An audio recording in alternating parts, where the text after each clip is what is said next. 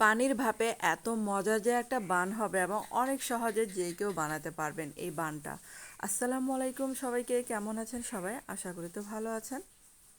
আর এটা বানাতে এখানে আমি 1 কাপ ময়দা নিলাম প্রথমে, আর আবারও 1 কাপ, মানে টোটাল এখানে 2.5 কাপ ময়দা আমি দিলাম এখানে।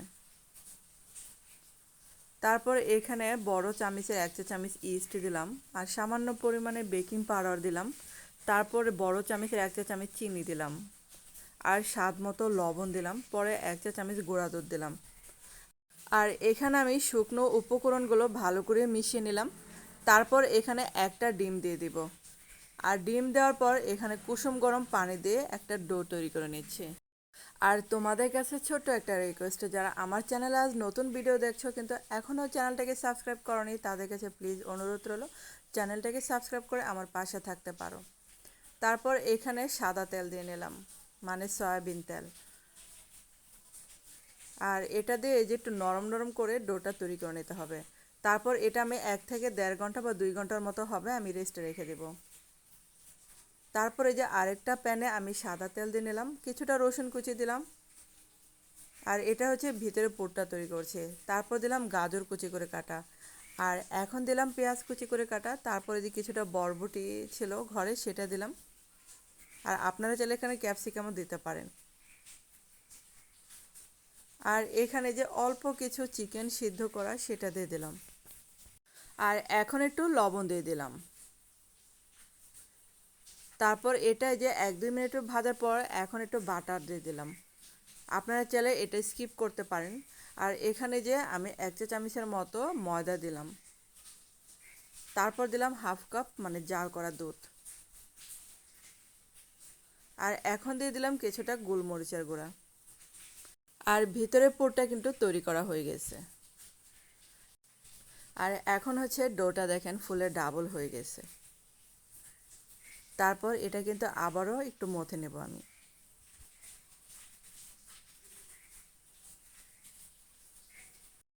আর এখন এটা মানে মথে নেওয়ার পর আমি এই যে মোটা করে রুটি বানিয়ে নিচ্ছি। আর রুটিটাকে একটু মোটা করেই বেলতে হবে। তো যাদের বাসায় ওভেন নাই তারা কিন্তু এভাবে করে যে কোনো মানে বেকিং আইটেম খেতে পারেন। তো আমার বাসায় যখন ওভেন নাই তখন এরকম করে বানিয়ে দিলে বাচ্চারা বুঝবেন না এটা ওভেন নাকি পানির ভাপে করা। আর সাইড দিয়ে এরকম করে কেটে নিতে হবে এই ডিজাইনটা করার জন্য। তারপর এটার উপরে আমি টমেটো সস দিয়ে দিলাম। আর টমেটো সসটাকে একটু ব্রাশ করে মানে পোড়াটা রুটিতে আমি মাখিয়ে নিয়েছি। আর এখন দিয়ে দেব এটার উপরে আমি যে রান্না করা পুরটা। আর এভাবে যদি ভিতরে পুরটা তৈরি করে দেন দেখবেন যে কী যে মজার হয়। আর এটার উপরে বেশ কিছুটা আমি চিজ দিয়ে দিব।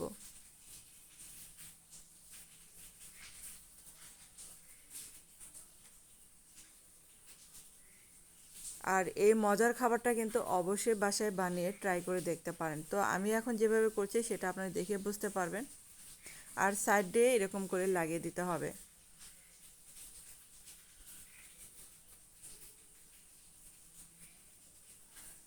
আর এখন এই যে আমি এগুলোকে স্টিম করে নেব। আর এই স্টিমটা কিন্তু 5 থেকে 6 মিনিটের মতো রাখলেই হয়ে যাবে। আর এটার উপর একটু কালারের জন্য আমি টমেটো সস লাগিয়ে নিচ্ছি।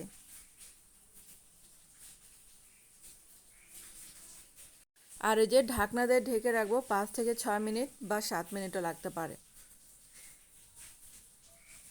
তারপর দেখেন কতটা সুন্দর হয়েছে এবং ফুলে কিন্তু ডাবল হয়ে গেছে।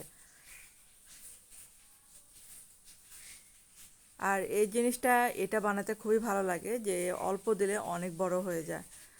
তো আপনাদের কাছে কেমন লাগলো এই বানটি অবশ্যই কিন্তু কমেন্ট করে আমাকে জানাবেন। আর এখন হচ্ছে কাটার পালা। আর এত সফট এই খাবারটি, তো কাটতেও কিন্তু অনেক ভালো লাগতেছিল। আর এটা কাটার পর দেখেন ভিতরে পুরটা কত সুন্দর লাগছে, কতটা লোভনীয়। আর বাচ্চাদের কিন্তু অনেক পছন্দ লাগবে এই খাবারটি। তো হয়ে গেল আমার পানির ভাপে করা বানটি।